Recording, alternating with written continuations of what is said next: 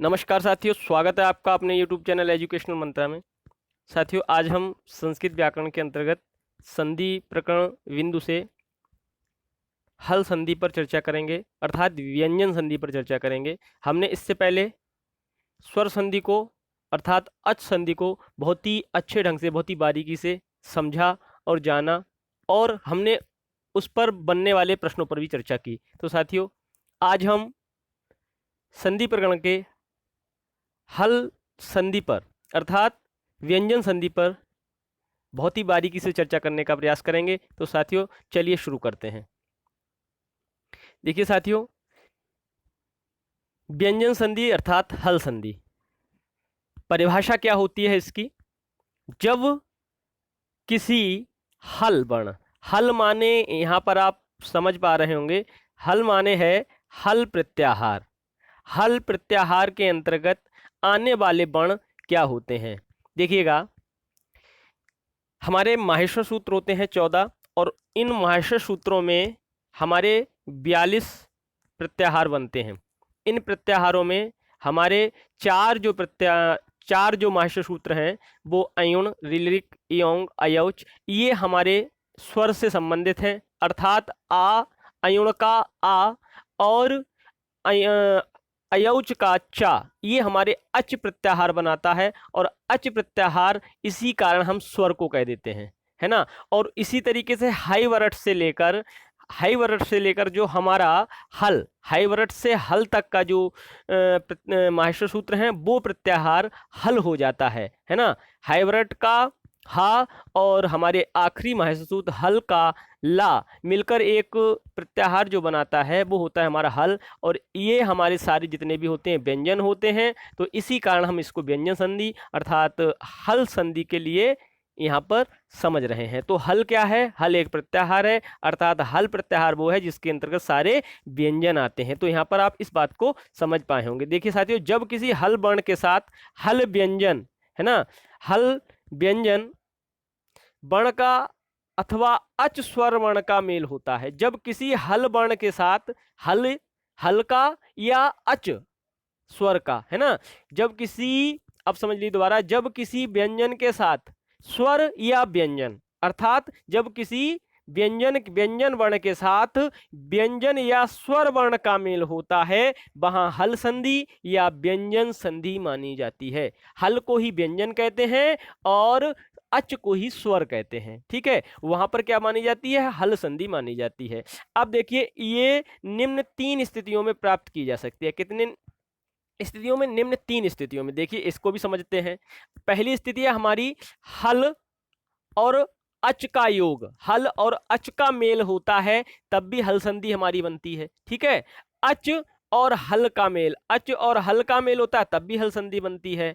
और इसी तरीके से हल और हल का मेल, हल और हल का मेल होता है तब भी हल संधि बनती है। तो सबसे पहले हम समझते हैं हल और अच का मेल होता है तब हल संधि कैसे बनती है।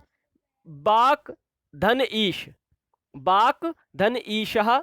अब देखिए, इसको समझते हैं। यह हमारे बाक धन ईशा, 2 पद यहाँ पर मेल करेंगे, और यहाँ पर देखिए बाक का। अब देखिए, का हमने व्यंजन क्यों माना? क्योंकि जो व्यंजन होता है, जो हमारा मूल व्यंजन होता है, वह हमेशा स्वर रहित होता है ना। कैसा था? स्वर रहित। और जो स्वर रहित वर्ण होता है साथियों, वो हलंत सहित होता है। जैसे अगर हम स्वर सहित लिखेंगे का को, तो साथियों ऐसे लिखेंगे, है ना, ऐसे ऐसे स्वर सहित, और इसमें अगर हम हलंत लगा देंगे तो ये हो जाएगा हमारा स्वर रहित।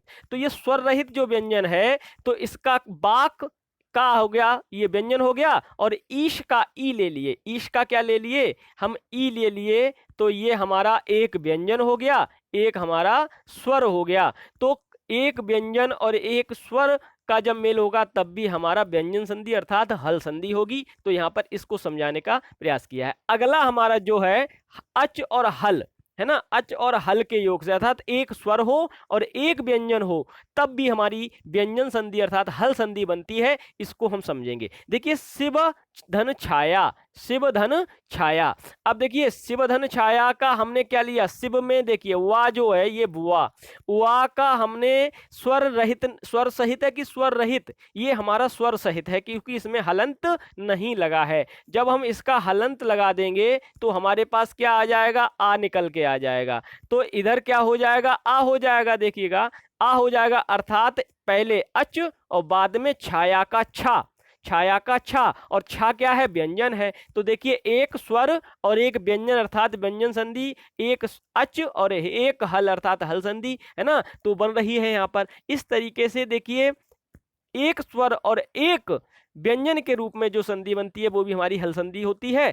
अगला हम समझते हैं, देखिए यहाँ पर हल और हल संधि, है ना, हल और हल का जब योग होगा तब भी हल संधि होगी। देखिए हल माने जगत धन नाथ, जगत धन नाथ। यदि देखिए आप अपना यहाँ ता है, जो ता है ना, ये है ता और नाथ का ना, इन दोनों का योग होगा क्योंकि ता जब स्वर रहित है तो हमारा क्या है, व्यंजन है ना। और अगर स्वर सहित होता तो हम क्या करते, उससे स्वर निकाल लेते, तो उसमें क्या मिल जाता हमको, पहले स्वर मिल जाता अर्थात अच मिल जाता। तो यहाँ पर हमने क्या किया, यहाँ पर हमने ता को और ना को लिया और दोनों क्या है, हल अर्थात व्यंजन है। तो यहाँ पर भी दोनों व्यंजन अर्थात हल के साथ कौन सी संधि बन रही है, हमारी हल संधि बन रही है। अब हम समझते हैं सबसे पहले हल संधि के भेद। क्या समझते हैं, हल संधि के भेद। अब देखिए मुख्यतः जिन पर हम हल संधि में संस्कृत में चर्चा करते हैं तो वो मुख्यतः हमारे 7 प्रकार के अर्थात 7 भेद होते हैं। किसके, हल संधि अर्थात व्यंजन संधि के। हल संधि या व्यंजन संधि के कितने भेद होते हैं, 7 भेद होते हैं, समझिएगा। देखिए पहला है हमारा सचित्व। क्या है, सचित्व संधि। कौन सा है, सचित्व संधि, ठीक है। दूसरा है हमारा षित्व संधि, है ना, दूसरा क्या है, षित्व संधि। तीसरा क्या है, जशत्व संधि, है ना, तीसरा क्या है, जशत्व संधि। अगला है अनुस्वार या परस्वर्ण संधि, अनुस्वार या परस्वर्ण संधि। अगला है हमारा अनुनासिक या पूर्व सवर्ण संधि, अनुनासिक या पूर्व सवर्ण संधि।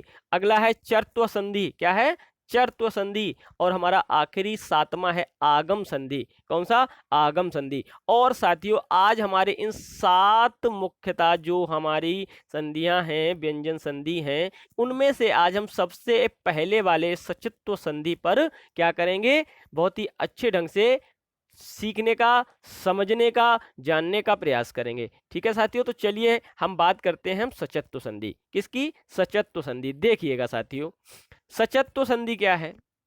अब सचत्व संधि में हम सूत्र की एक चर्चा करेंगे। एक सूत्र सचत्व संधि के लिए दिया गया है, पाणिनि जी ने एक सचत्व संधि का सूत्र दिया है, स्तोह चुनाश्चु, स्तोह चुनाश्चु। तो देखिए स्तोह चुनाश्चु को हम समझते हैं ये क्या है, ये क्या है, इसके स्तोह चुना और चु, इसको समझने का प्रयास करते हैं। देखिए स्तो माने स्तुह और स्तुह माने क्या है, इस स्तुह माने इस सा का, ये हमारा क्या है, सा, ये स्तु में सा है और इस सा का और ता अर्थात सावण, अर्थात साथियों सावण, और हमारा ता अर्थात ता वर्ग, ता वर्ग, है ना। ये कौन कौन से वर्ण हो गए, ता वर्ग हो गया और हमारा क्या हो गया, सा हो गया, ता वर्ग पूरा, ता वर्ग। ठीक है, हम ता वर्ग की चर्चा कर रहे हैं और सा की चर्चा कर रहे हैं। स्तु माने है हमारा सा, है ना, कौन सा सा, ये हमारा दंत सा। कौन सा सा, ये दंत सा है हमारा, है ना, दंत सा है कि कौन सा सा है, बताइएगा, है ना। अब देखिए अगला है श्चुह, है ना, बताइए, श्चुह, ये हो गया शा, है ना, ये हो गया श्चुह माने शा और चा, श्चुह माने शा और चा वर्ग, श्चुह माने शा और चा वर्ग। अब देखिए आपको हम सा और शा का बता दें, कहीं मिसप्रिंट तो नहीं हो रहा है। देखिए सा और ये वाला सा, इन दोनों में अंतर क्या है, देखिए लिरितुलसा नाम दंता होता है, लिरितुलसा नाम दंता होता है, और ऋतुषा नाम मूर्धा होता है, इचुषा नाम तालु होता है। तो ये हमारा जो शा है ये तालु का होता है, और ये वाला जो सा होता है हमारा वो दंत का होता है, और ये हमारा षटकोण वाला होता है ऋटुषाणाम मूर्धा, मूर्धा का होता है। किसका होता है? मूर्धा होता है। अब हम इस पे चर्चा कर रहे थे साथियों, क्या है? देखिए स्तोष चुनाशु में स्तु क्या हो गया? स्तु हमारा हो गया सा और ता वर्ग। कौन सा सा? दंत सा। ठीक है साथियों। और ये श्चुह हमारा कौन सा सा? ये हमारा हो गया तालव्य सा। कौन सा? तालव्य सा। तो तालव्य सा का तालव्य सा और चा वर्ग, और इधर दंत सा और ता वर्ग, इनके बाद अब समझिएगा स्तुह श्चुनाश्चु अर्थात सा या ता वर्ग के बाद में या पहले, समझिएगा सा वर्ग के बाद या पहले क्या आए? श्चुनाश्चु अर्थात श्चु आए, अर्थात श्चु माने शा या चा वर्ग आए, शा या चा वर्ग आए, तो क्या हो जाता है? श्चुनः अर्थात सा स्तुह का श्चु हो जाता है, अर्थात सा का शा, ता का चा, था का छा, दा का जा, धा का झा, ना का इया हो जाता है, अर्थात स्तु का श्चु हो जाता है। यह हमने यहाँ समझाने का आपको प्रयास किया। क्या? पुनः समझते हैं। देखिए स्तु माने है हमारा दंत सा और ता वर्ग, श्चुह माने है हमारा तालव्य शा और चा वर्ग। जब सा स्तु माने सा और ता वर्ग के बाद या पहले, है ना, ता वर्ग के बाद या पहले श्चु माने शा या चा वर्ग आए, तो है ना, तो सा दंत सा का तालव्य शा, ता का चा, था का छा, दा का जा, धा का झा और ना का या आदेश हो जाता है, अर्थात ये परिवर्तित हो जाते हैं इन सभी में। मेरी बात आप अच्छे से समझ पाए होंगे साथियों। चलिए आगे हम समझते हैं। देखिए साथियों, हमने इसी बात को यहाँ समझाया है। देखिए सा या ता वर्ग ये स्थानीय है हमारे, कैसे हैं? स्थानीय। और शा और चा ये सब क्या हैं? इनका योग जब होता है, इनका जब योग हमारे स्थानीय वर्णों के साथ होता है तो हमको क्या प्राप्त होता है? किनका आदेश होता है? अर्थात शा हमारा तालव्य शा और चा वर्ग का आदेश होता है। अब देखिएगा सूत्र से क्या तात्पर्य है। देखिए सकार यत्ता, सकार सा को हम सकार भी कह देते हैं, है ना, सकार या तावर्ग के पहले या बाद में शकार, है ना, या चावर्ग का योग होने पर सा के स्थान पर, सा के स्थान पर शा, ता वर्ग के स्थान पर चा वर्ग आदेश होता है। यह बात आप अच्छे से समझ गए होंगे। अब देखिए हम इनके कुछ उदाहरणों पर आप चर्चा कर लेते हैं। देखिएगा उद धन ज्वल, उद धन ज्वल।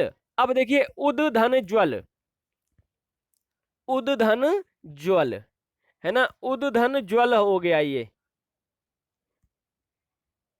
उद धन ज्वल, ये उद धन ज्वल हो गया। अब इस दा का, ये दा क्या है बताइए? दा क्या है? दा तावर्ग का है। हमने क्या बताया? तावर्ग का कोई वर्ण हो और सा दंत सा हो, तो इसके बाद या पहले आने वाले वर्ण शा या चा हो, क्या हो? शा या चा वर्ग के हो, तो उस दंत सा का और उस ता वर्ग के सभी वर्णों का आदेश किसमें हो जाता है? किसमें हो जाता है? तालव्य शा और चा वर्ग में हो जाता है। बार बार बताएंगे तो आपको याद भी होगा। तो देखिएगा दा क्या है? हमारा ता वर्ग का है, तो यहाँ पर क्या होगा? दा आदेश होगा। दा का किसमें आदेश होगा? अब देखिए दा कौन से स्थान पर आता है उसके साथ का वर्ण होगा। देखिए हमारा सा के स्थान पर, दंत सा के स्थान पर हमारा तालव्य शा हो रहा है, ता के स्थान पर चा हो रहा है, और ता के बाद दा आता है, ता था दा, है ना, था के स्थान पर छा हो रहा है, और हमारे ता था दा के स्थान पर जा हो रहा है। क्या हो रहा है? जा हो रहा है ना। देखिएगा कैसे हो रहा है, देखिएगा यहाँ पर, है ना,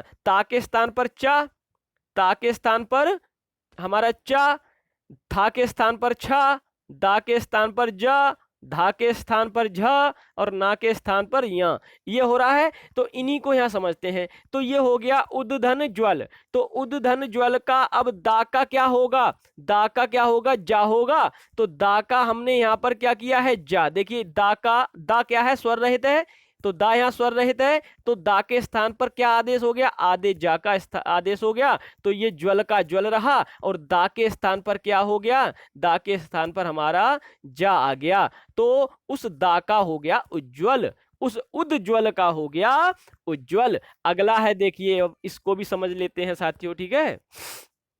ये है यहाँ पर यश, है ना, यश धन न, है ना, ये यहाँ पर थोड़ा गलत हो गया है, यहाँ यज होगा, है ना, यज, तो यज होगा, ये यहाँ पर हलंत लगेगा, ऐसे होगा ये, ठीक है, ये होगा, ठीक है, यहाँ थोड़ा शा नहीं होगा।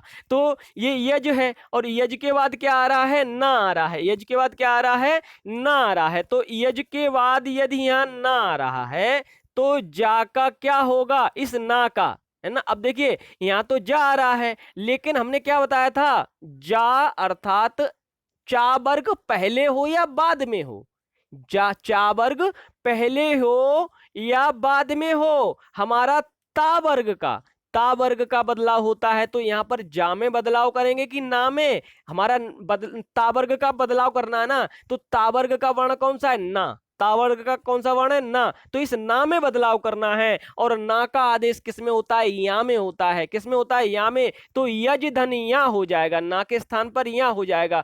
क्यों हो गया, क्योंकि हमको बदलाव हमारा सा या ता वर्ग के बाद शा या चा वर्ग आए, तो वहां पर बाद आए या पहले, इसका मतलब नहीं है पहले भी आए या बाद आए, लेकिन बदलाव हम सा अर्थात दंत सा और ता वर्ग में ही करेंगे। तो ता वर्ग का हमारा जो वर्ण है वो ना है, तो ना में हमने आदेश कर दिया, किसका कर दिया, या का कर दिया। तो ये यज धन या हो गया, और यज जा और या का जो योग होता है वो हम ज्ञा लिखते हैं। क्या लिखते हैं, ज्ञा, ज्ञानी होता है ज्ञा। तो यज्ञ हो गया, यज्ञ कहेंगे या यज्ञ कहेंगे, कुछ भी आप जैसा भी कह सकते हैं, वैसे तो यज्ञ भी कह सकते हैं और ज्ञा। तो ये जा और या का योग यज्ञ ज्ञा ज्ञानी बनता है, तो ये भी हमारा हो गया। अगला हम समझते हैं उदाहरण, सत धन चित। अब ता का आदेश किस में होना साथियों, ता का हमने बताया था, ता किस में बदलता है, ता चा में बदलता है, ता किस में बदलता है, चा में। तो ता का आदेश किसके साथ हो गया, चा के साथ। तो सत धन चित का सच्चित हो गया, उस ता का